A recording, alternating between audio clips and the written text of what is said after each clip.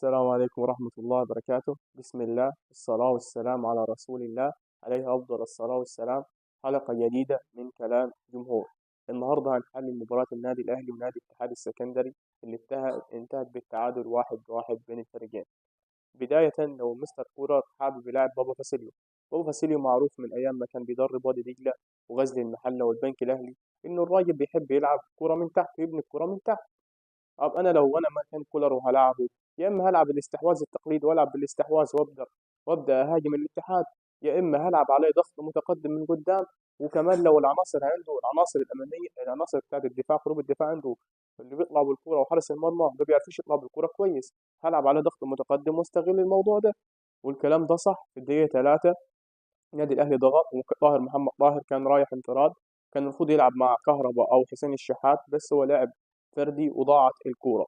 النادي الاهلي ما استمرش على الضغط ورجع بعدين او كان بيضغط بس الضغط السلبي، يعني بيضغط بس لعيبه الاتحاد عارفه تطلع بالكوره كويس.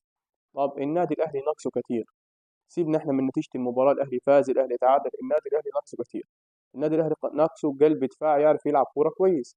خالد عبد الفتاح مش مكانه ولا بيعرف يطلع بالكوره كويس. الاهلي جبت انت يوسف ايمن واشرف داري مصاب لفتره، وده برضه ده لوم على الاداره ان اللاعب برضه اصاباته كثيره. هنشوفه بعد ما يرجع من الاصابه ان شاء الله ايه مستواه.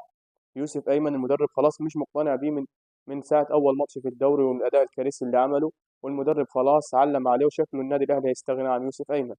المفروض الاهلي كان جاب قلب دفاع كويس بيبدا الكره من تحت. النادي الاهلي محتاج لاعب نص ملعب غير امام عاشور، رقم 8، لاعب يعني بيخلق فرص ولعيب كورته حلوه. لان النادي الاهلي حتى لو امام عاشور في مستوى، فانت محتاج لعيب خلاق للكوره ولاعيب خلاق للفرص. احنا عندنا اللعيبه اغلبيه نص الملعب سنيده، انت محتاج لعيب 8 زي امام حتى لو امام في مستواه. طب السؤال الثالث، النادي الاهلي الاجنحه بتوعه، هل الاجنحه بتوع النادي الاهلي يعني اكبر نادي في افريقيا، اكبر نادي في افريقيا، مفيش غير اجنبي واحد بيلعب في الخط الخلفي، والثلاثه المحترفين التانيين محدش بيلعب منهم. يعني النادي الاهلي مسجل 4 محترفين، مفيش غير يحيى عطية الله بيلعب، وعندك رضا سليم وبيرسي تاو، المفروض اللي هم العناصر الهجوميه اللي هتضيف للفريق، ما بيلعبوش نهائي. ودي مشكله برضو بتاعت الاداره، لان انت تقييمك للصفقات الاجنبيه مش قد كده. بداية الشوط الثاني أول 10 دقايق الماتش عامة ما كانش فيه خطورة تذكر يعني. فأنا بتكلم إن النادي الأهلي إيه العناصر، إيه الحاجات النادي الأهلي محتاجها.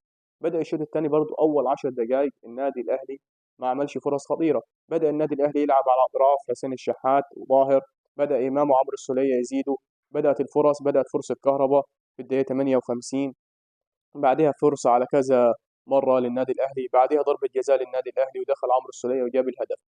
مستر كولر بعدين طلع امام عاشور ونزل قفشه، وطلع كهربا ونزل بيرسي تاو. النادي الاهلي نتيجه معلقه زي ماتش زد، بترجع تدافع من الدقيقه 70، نتيجه معلقه بدل ما تضيف الثاني تستمر على نفس الريتم اللي انت كنت بتلعب بيه، وتضيف الثاني لا ترجع ورا الكوره وتخاف، لا، ماتش معلق، النتيجه معلقه. واللي حصل ان النادي الاتحاد عرف يتعادل. يبقى انت يعني النادي الاهلي الماتش معلق، يبقى تهاجم وما تخافش وما ترجعش لورا، يعني تستمر في ضغطك. نادي الاتحاد احرز الهدف. كان ليا تعليق بس على ان الحكم حسب 5 دقائق. المهدي سليمان في ضربه الجزاء الثانيه لوحده مضيع 4 دقائق بيقعد يلعب في الكوره، ومضيع 4 دقائق. 5 دقائق، 5 دقائق، دول 5 دقائق قليلين الصراحه. بس كده، والسلام عليكم ورحمه الله وبركاته.